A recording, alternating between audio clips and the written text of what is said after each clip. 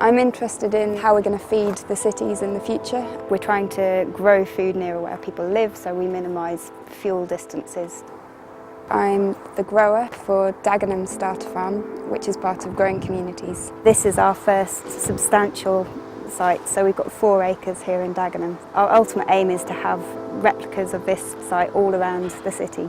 We're trying to make it as productive as possible. We can grow tomatoes, peppers, aubergines, cucumbers, tons of salad stuff, leafy greens, French beans, things that keep giving a yield continuously. At the moment, we're only on about a 20th of the site, but we're aiming to get the whole site producing for like up to 50 weeks a year. We hope to achieve creating a really productive space that can be of educational value but also financially viable. A beautiful space that's accessible to a local community, providing lots of good, healthy food.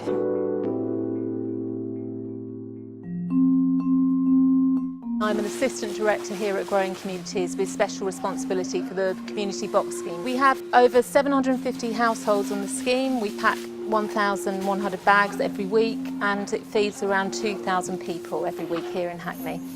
Organic food does cost more to produce. That could be perceived to be a barrier, particularly in a context where there's a real obsession with ultra cheap food. We'd say that's artificially cheap because it has a great cost to the environment. I think we get overcome this by explaining to people how important it is to the environment and for the local rural economy in terms of jobs that we get people to buy this type of food.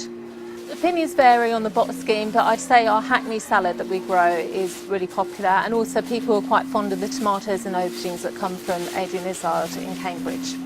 We've been here for over 15 years and we've grown from strength to strength. And I think we offer something different to the big retailers. We're community-led, we're not-for-profit, and we pay a fair price to farmers as a priority. Growing Communities was started back in 1993. We wanted to create something that would enable us to trade with more farmers and that could have a real impact on changing the food system. What it adds is the ability of this community to interact directly with the small farmers. Also, they're able to get hold of really fantastically brilliant food at an affordable price. It does add that intangible thing, which is community. It's creating jobs here. We've created 25 part-time jobs here in Hackney. Understanding of where food and farming, the ability to come along to a fantastic market, the ability to meet their neighbours when they come up to pick up, the ability to see food growing here in Hackney, to get involved in the volunteer programme. We're running an apprenticeship scheme as well, and we were also interested in trying to create a model that other groups might be able to use to do similar things in the future.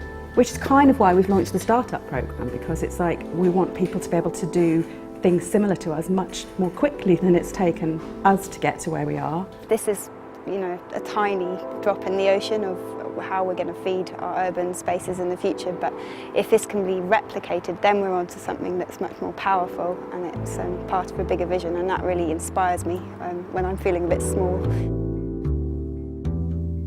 I want Growing Communities here in Hackney to continue to grow and to thrive, but in the longer run I'd also really like to be able to see in the future a network of other groups who are kind of doing their own thing, using the Growing Communities model, but we're all pulling in the same direction, because then we can really increase our impact.